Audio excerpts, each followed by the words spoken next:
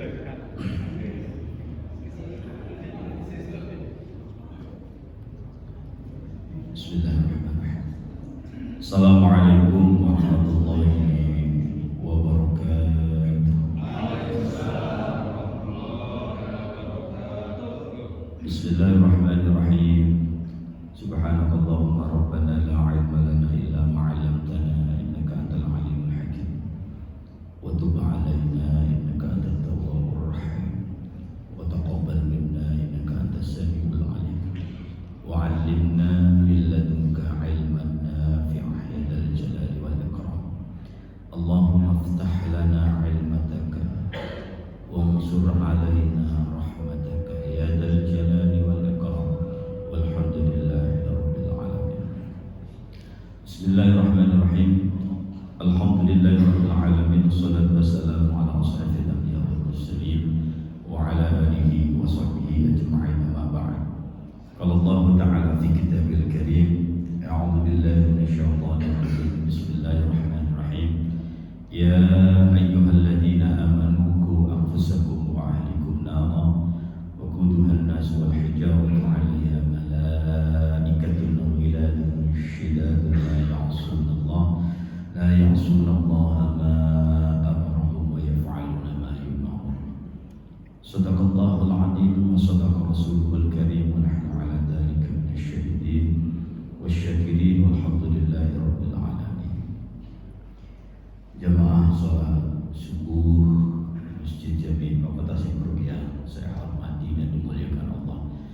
Syukur alhamdulillah pagi ini Allah izinkan, Allah ridhai, Allah berikan karunia yang sangat luar biasa sehingga kita masih bisa menjalankan salat subuh berjamaah dalam kondisi kita berpuasa. Mudah-mudahan amal ibadah kita baik yang sudah kita jalankan atau yang saat kita jalankan maupun yang akan kita jalankan nanti diterima Allah Subhanahu wa taala. Jamaah melakukan Allah Subhanahu wa taala, seperti biasa setiap minggu pertama ya kita kaji Mawaidul Surya. Kali ini karena momennya lagi Ramadan, saya ambil dari kitab Tanbihul Ghafilin dan juga ada di dalam kitab Nashihul Ibad, ada di dalam kitab Tahfidul Lakhad. Banyak, ini sebuah pesan dari seorang waliullah, dari seorang ulama besar yang mana beliau ini salah satu waliullah.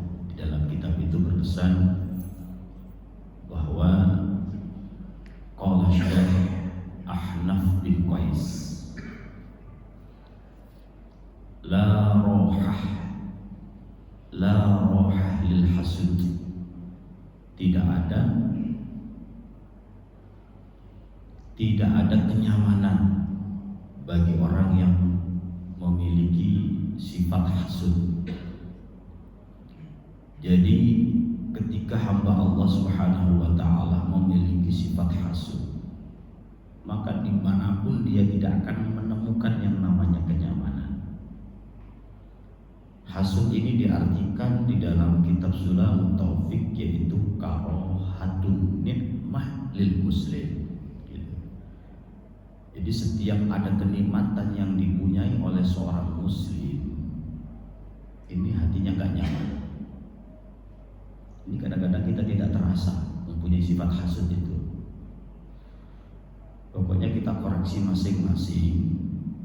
Setiap ada kenikmatan yang dimiliki seseorang, saudara kita, teman kita, atau orang lain, kok hati kita merasa gak suka, wah ini bahaya, harus segera dibuang jauh-jauh.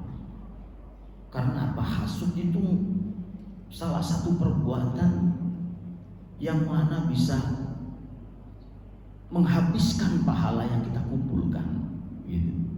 Maka sampai baginda Rasul itu berpesan, iyyakumul hasada, waspadalah, gitu. kata Bang Nabi ya.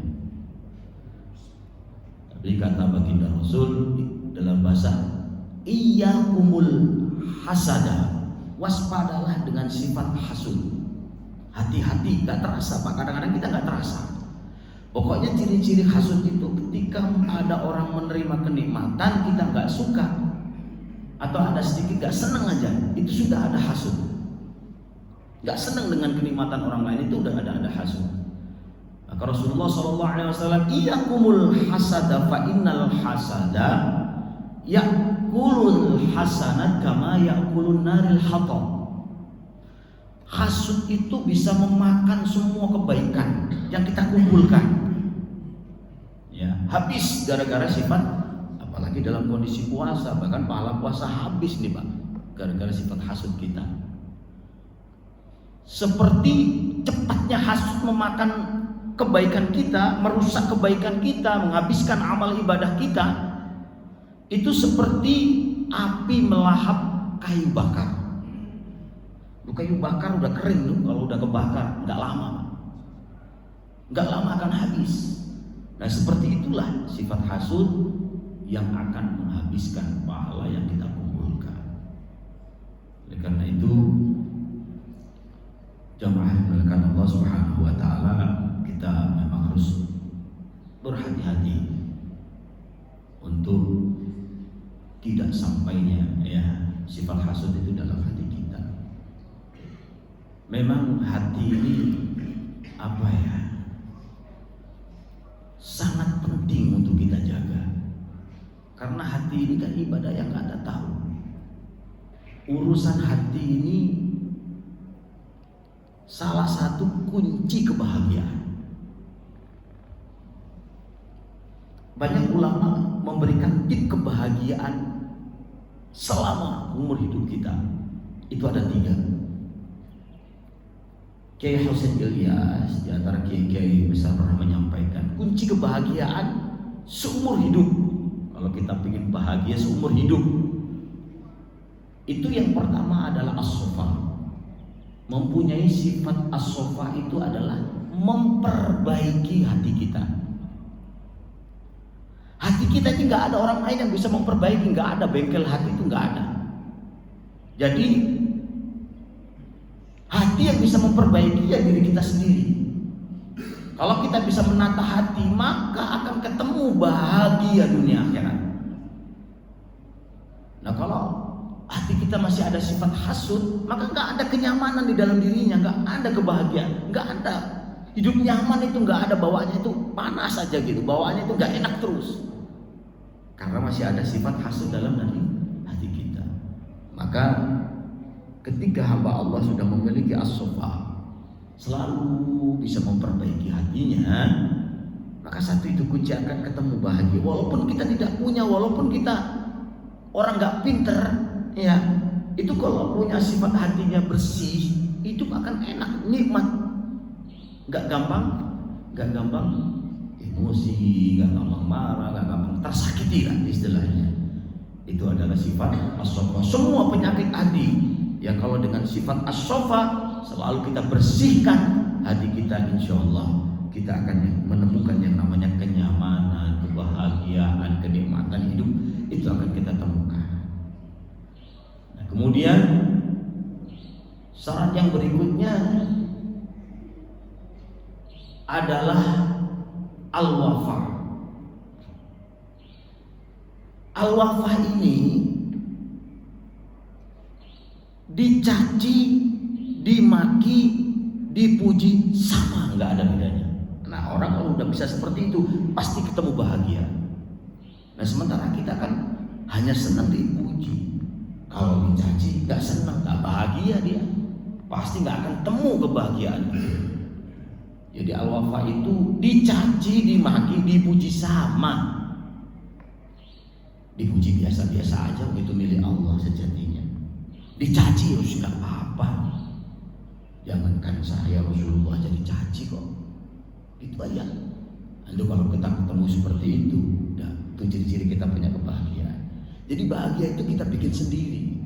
Ya kalau kita bisa mengatur kehidupan ini udah tenang. Semua itu dikembalikan Allah, tenang. nggak ada apa-apa, tapi memang berat. Ya, memang umumnya manusia sukanya dipuji. Kalau dicaci pasti marah. Itu umumnya manusia, pasti emosi, pasti marah. Nah, kalau sudah mempunyai sifat al-wafa, dicaci, dipuji sama, yakin akan ketemu yang namanya kebahagiaan selama hidupnya itu. Tapi kalau belum bisa itu, jangan kira ketemu kebahagiaan dunia, kebahagiaan selama umur kita. Pasti ada rasa marahnya, ada emosinya, pasti akan ketemu yang namanya nggak bahagia itu, akan ketemu.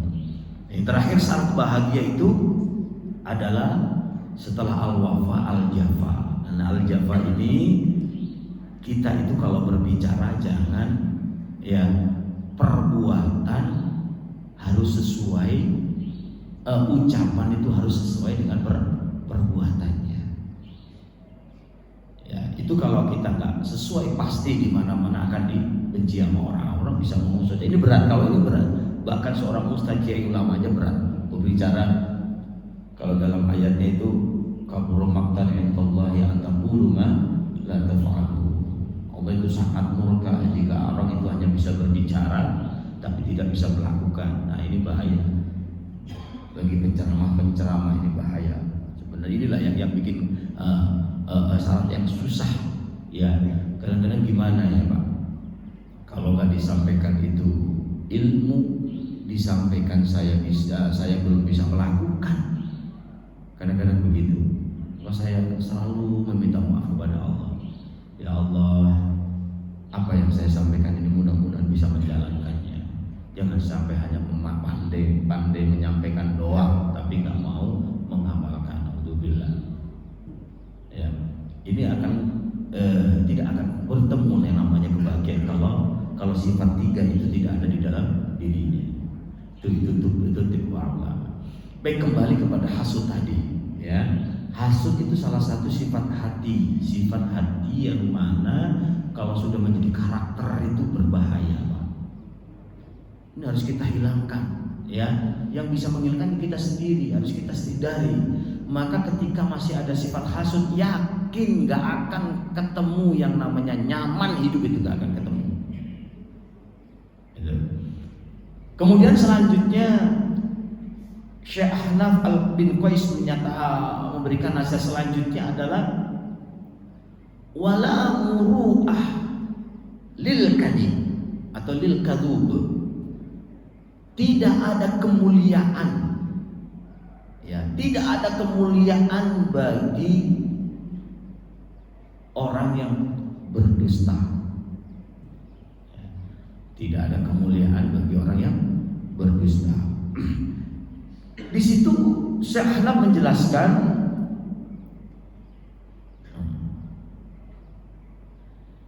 wala muru'ah lil kadhub, tidak ada kehormatan. Tidak ada kehormatan bagi orang yang selalu hidupnya itu sering berdusta. Nah, ketika kita punya teman, saudara, apa siapa aja ya, sekali berdusta, pasti gak ada kehormatannya. Orang apa percaya, orang apa hormat sama dia karena dia sering berbohong. Maka tidak akan ketemu yang namanya kehormatan bagi orang yang sering berdusta. Gitu. Nah, ini masalah dusta, masalah berbohong. Kadang-kadang kita tidak terasa. Seperti gini, kita contoh berdusta dalam cerita. Kadang-kadang kita bercerita agar cerita itu terlihat enak disampaikan, ditambah-tambah ceritanya. Nah, ini juga berupa pembohongan ini. Karena kita nggak terasa, begitu ya. Kebohongan ini memang berat sebenarnya kita praktekkan dalam kehidupan kita. Bahkan Rasulullah SAW pernah memberikan syarat kepada orang yang bertaubat. Seorang preman, ya, udah benar-benar ingin taubat, minta tip kepada baginda Rasulullah.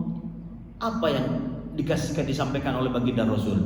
Ya udah, kalau kamu mau taubat, udah satu aja syaratnya. Apa ya Rasulullah? Udah, kamu jujur aja, jangan bohong. Kamu jujur aja, jangan bohong. Itu aja ya Rasulullah. Iya, itu aja, udah. Pergi, mau dikasih saya kayak gampang banget syarat taubat, hanya jujur. Ketika dia mau berbuat lagi, mau wasiat lagi, ingat pesan Rasulullah, jangan berbohong. Nanti kalau ketemu Rasulullah ditanya, aku udah sholat apa belum ya? Aku sudah nggak mabuk-mabukan apa belum ya? Nanti saya kalau jawab enggak, padahal saya masih minum, masih mabuk. Kalau saya jawab enggak, padahal saya nggak sholat, masih belum sholat umpamanya. Ternyata itu berat. Kejujuran itu berat, begitu. Maka salah satu kunci kesuksesan baginda Rasulullah dalam berdakwah, dalam berdagang adalah kejujuran. Kadang susah untuk disampaikan kejujuran itu. Kadang-kadang kita begini juga, ngejual sesuatu ini dalam perdagangan, biar barangnya itu cepat laku, ditambah-tambah kualitasnya. Ini sebuah kebohongan. Biar barang kita yang mau jual itu laku, ditambah-tambah kualitasnya. Ya, padahal ini kurang 1 tahun lagi sudah rusak barang ini, dibilang masih lama ini, insya Allah 3 tahun 4 tahun lagi ini biar laku. Nah, ini sebuah kebohongan yang tak terasa. Kayaknya nggak salah, tapi itu salah kaprah begitu, sehingga akan merambat hasil uang yang kita peroleh itu akan menjadi tidak ada keberkahan sama sekali karena ketidakjujuran kita dalam berdagang, dalam berjual beli. Jamaah dilakukan Allah Subhanahu wa taala. Itu pesan yang kedua dari seorang Syekh Ahnaf bin Qais. Kemudian yang selanjutnya adalah wala hilah lil bakhil. Gak ada alasan bagi orang yang bakhil atau orang pelit. Orang pelit itu gak punya alasan untuk tidak menginfakkan, untuk bisa berbagi-bagi kepada orang lain. Ya, jadi gak ada alasan bagi orang yang pelit, walaupun dia tidak punya apa-apa. Saya gak bisa sedekah, gak bisa beramal. Memang beramal hanya dengan uang saja, begitu. Beramal itu banyak, dengan apapun yang bermanfaat buat orang lain, bahkan senyum aja udah bersedekah. Udah miskin, gak pernah sedekah, senyum pun susah. Nah, berarti ini kan apa alasannya untuk tidak bersedekah, untuk tidak jadi orang pelit? Ada tetangga butuh tenaga, diem-diem aja, berarti kan sudah pelit. Maka gak ada alasan. Apalagi tentang harta itu semua titipan. Nah, kalau kita merasa pelit, berarti kan apa alasan kita untuk pelit itu? Ya, ketika ditanya Allah. Nah, makanya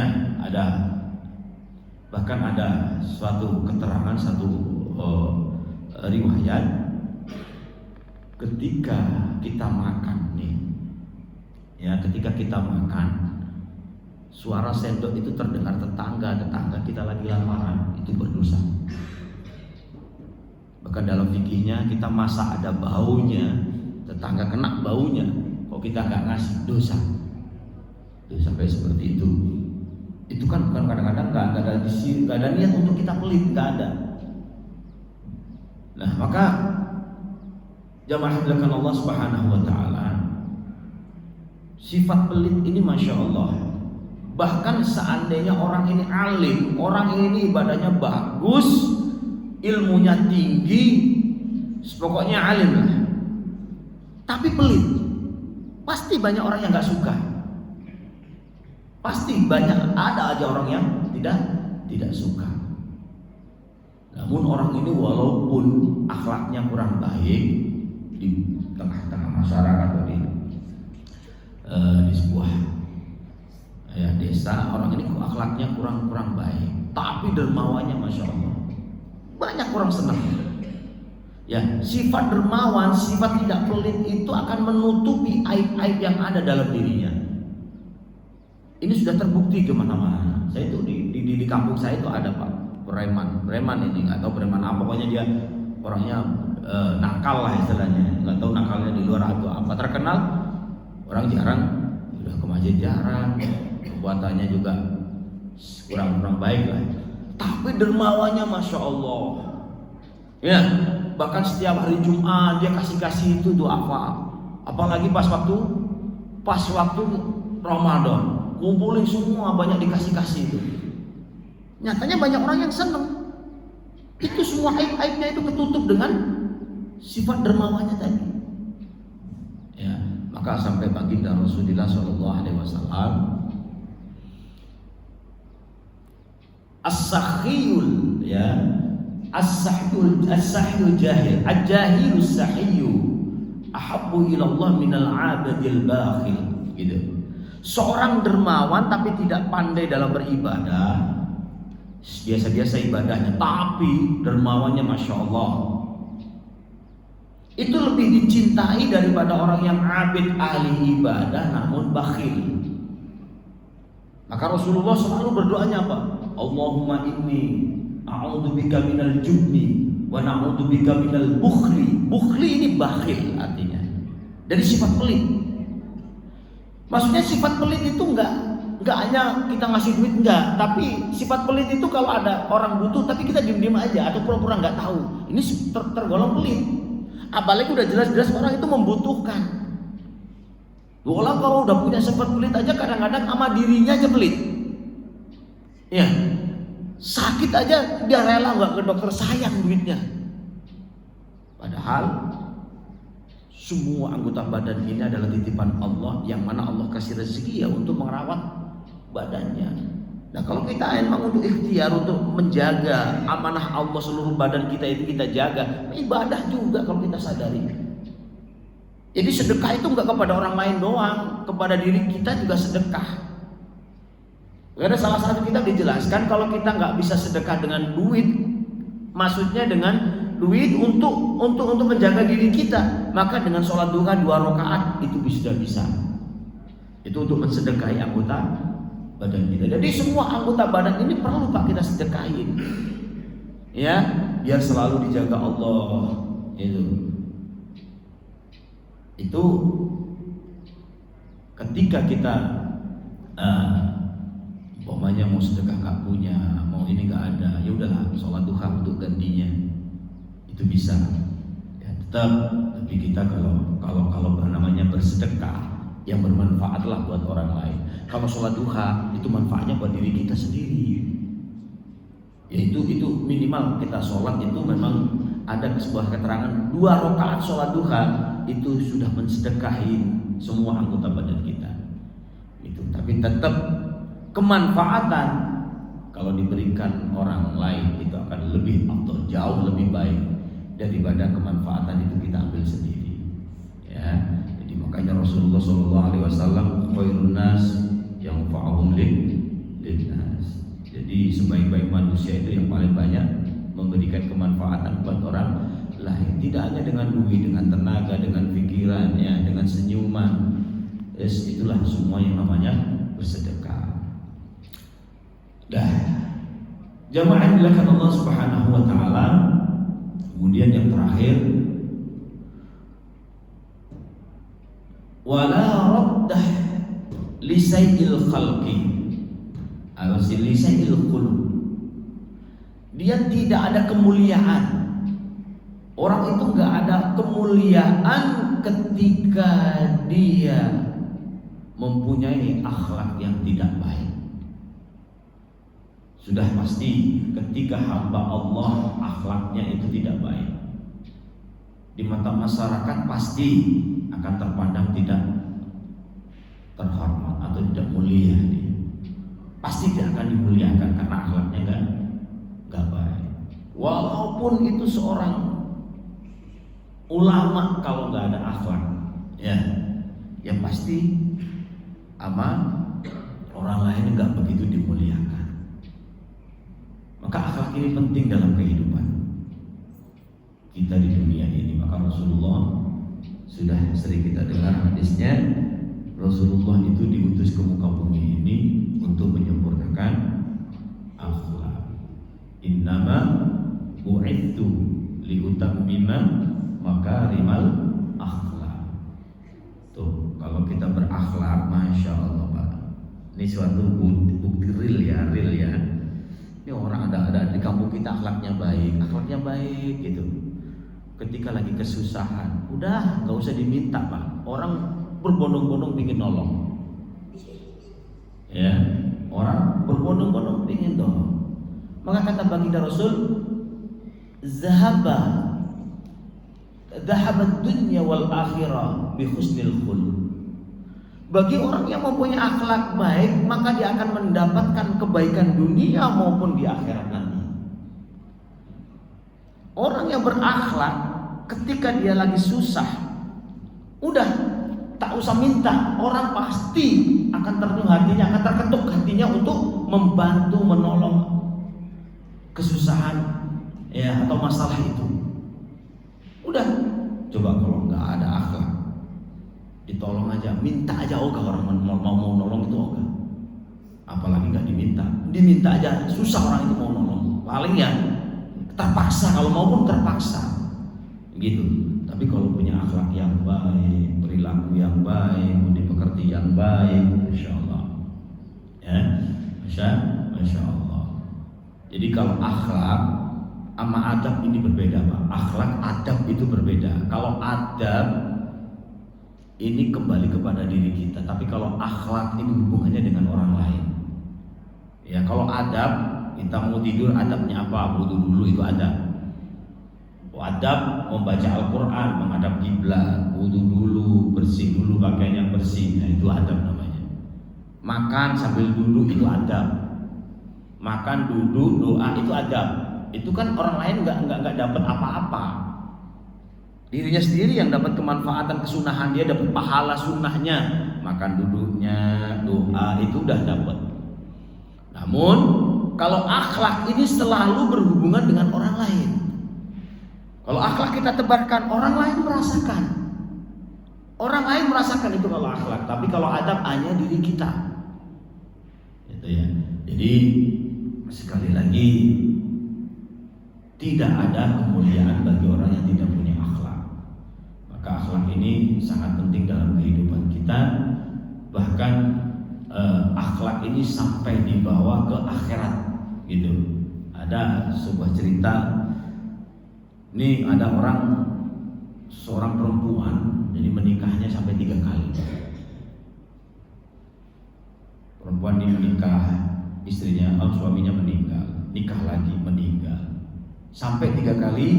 Ya, di akhirat tanya kepada Rasulullah SAW, ya Rasulullah, begitu ditanyakan. Ini bukan di akhirat, masih di dunia, dia 3-tiganya meninggal.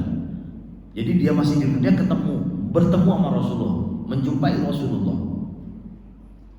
3 suaminya udah meninggal, dia udah gak mau nikah lagi karena udah meninggal 3 kali. Dia udah tua, karena sudah tua ya. Tanya kepada Rasulullah, ya Rasulullah, ketiganya ini nanti siapa yang akan aku temui di akhirat nanti ya Rasul? Kalau 3-tiganya saya ketemunya enggak, keberatan kayaknya. Maka ditanya, mau bertanya sama Rasulullah, ya Rasulullah, di antara 3 orang ini, di antara 3 suami saya ini, siapa yang akan saya temuin ini?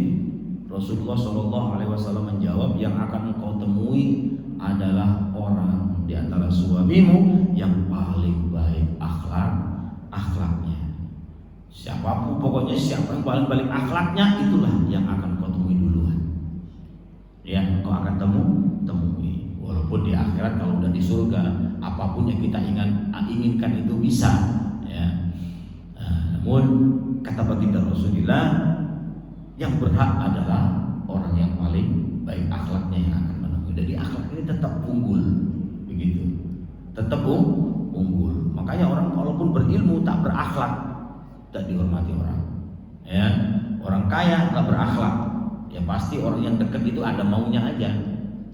Orang yang dekat orang kaya nggak ada akhlak, seorang yang ada maunya aja. Ketika sudah jatuh miskin pasti ditinggalin, ya, karena tidak berakhlak, begitu. Jadi itulah pentingnya kita dalam berakhlak untuk kehidupan kita sehari-hari. Bukan karena apa, tapi kalau kita sudah tidak berakhlak maka akan banyak dosa yang kita tebar. Ya, ingat kalau kita dosa kepada seseorang itu lebih berat daripada kita dosa kepada Allah. Maksudnya kepada Allah ini, kalau kita dosa benar-benar taubatan nasuha, diampuni sama Allah. Tapi kalau sama orang lain, sebelum kita meminta maaf, maka Tidak bisa, ya, tidak bisa. Nanti pasti akan dituntut di yaumil hisab nanti, Pak. Apalagi dosa itu masalah harga diri. Kalau masalah hutang piutang bisa kita selesaikan. Kita meninggal, anak kita, keluarga kita menyelesaikan, selesai. Tapi kalau masalah harga diri nggak bisa, Pak. Harus orangnya sendiri datang memohon maaf, meminta maaf. Ada sebuah kisah di akhirat. Ini nanti kan Muslim itu saudara, Pak. Muslim ini saudara, gitu. Maka begini, ketika kita punya salah, kalau memang kita nggak bisa memohon maaf, atau kita siapa yang kita salahi, siapa yang kita pernah sakiti hatinya, kita nggak tahu kan, maka terus berdoa kepada Allah agar diampuni orang-orang yang pernah kita sakiti. Itu cara kita memohon maaf. Ampunilah ya Rabb orang yang pernah hamba sakiti secara tidak sengaja. Saya nggak tahu siapa yang pernah tersakiti karena ucapan, karena perilaku. Pokoknya ampunilah ya Allah dosa-dosa. Terus kita doakan. Ini salah satu cara kita meminta maaf kepada orang yang pernah tersakiti karena ucapan kita, karena perilaku kita. Nah, nanti di akhirat itu dipermasalahkan kalau kita nggak sempat memohon maaf, belum sempat terampuni. Nah, orang yang pernah kita sakitin ini dipanggil. Ya, gimana? Kamu bisa memaafkan kan ini? Ini terhambat, mau masuk surga terhambat gara-gara kamu. Begitu. Gara-gara kamu pernah disakitin, ini nggak bisa masuk surga dulu nih. Ini cerita dalam kisah gitu, Pak. Namun langsung, dah, kamu mau memaafkan, apa mau saya balas dengan surga yang begitu indah? Gitu. Orang yang tersakiti, maka nggak mungkin rasanya, begitu. Seorang Muslim itu kan saudara, yang satu surga, yang satu di neraka. Inilah indahnya persaudaraan sesama Muslim. Apalagi kita pernah duduk bareng di majelis ilmu, pernah duduk bareng belajar, pernah duduk bareng dalam kebaikan. Pasti itulah nanti dicari, Pak. Dicari pasti, walaupun dia banyak salah. Ya, maka sebanyak apapun salah kita, ayo kita ikuti dengan kebaikan. Saya nggak memerintahkan kita Bapak semuanya untuk berbuat salah, tapi imbangilah dengan kebaikan. Bahkan lebih banyak baiknya daripada buruknya, begitu. Insya Allah nanti akan bisa memberikan syafaat. Kita yang pernah berkumpul untuk berbuat baik, ini saling memberikan syafaat, saling menolong, begitu. Di jamaah dimuliakan Allah Subhanahu Wa Taala, itu pentingnya kalau kita selalu menebarkan akhlak yang baik, ya, nanti akan memiliki kebahagiaan dunia akhirat, akan mempunyai kemuliaan dunia akhirat. Di dunia dimuliakan, di akhirat juga dimuliakan. Ini keuntungan kita kalau selalu berakhlak yang baik. Baik, itu yang bisa saya sampaikan. Mudah-mudahan kita semuanya diberikan kemudahan dalam melakukan kebaikan, dalam menjalankan ibadah kepada Allah, diberikan istiqamah untuk selalu taat kepada Allah dan terhindar dari sifat-sifat yang tidak diridhai oleh Allah Subhanahu wa Ta'ala. Dan mudah-mudahan puasa tahun ini betul-betul bisa memperbaiki ketakwaan dan keimanan kita kepada Allah Subhanahu wa Ta'ala. Al-Fatihah. Bismillahirrahmanirrahim. Alhamdulillah rabbil alamin arrahmanir rahim maliki yaumiddin iyyaka na'budu wa iyyaka nasta'in ihdinas siratal mustaqim siratal ladzina an'amta 'alaihim ghairil maghdubi 'alaihim waladdallin ighfir li wa liwalidayya wa lil mu'minin amin. Sallallahu alaihi wasallam. Bismillahirrahmanirrahim. Wassalatu wassalamu wa barik ala sayyidina Muhammad wa ala ali sayyidina Muhammad. Alhamdulillah rabbil alamin. Hamdan syakirin dan na'imin la yufi na'am wa yukafi mazida. Ya Rabbana wa lakal hamdu wa lakal syukru kama yanbaghi li jalali wajhikal karim wa 'azimi sultanik. Allahumma shalli wa sallim wa barik ala sayyidina Muhammadin salatan tuwassi'u biha lana al-arzaq wa tuhassinu biha lana al-akhlaq wa ala alihi wa sahbihi wa sallam. Allahumma inna nas'aluka ridhaka wal jannah wa na'udzu bika min sakhatika wan nar. Allahumma innaka 'afuwwun karim tuhibbul 'afwa fa'fu 'anna ya karim. Allahumma arzuqna al-istiqamah wa husnal khatimah. Allahumma ij'alna akhir kalamina min ad-dunya dai ajrina qawla la ilaha illallah Muhammadur Rasulullah sallallahu alaihi wasallam. Rabbana atina fid dunya hasanah wa fil akhirati hasanah wa qina 'adzaban nar.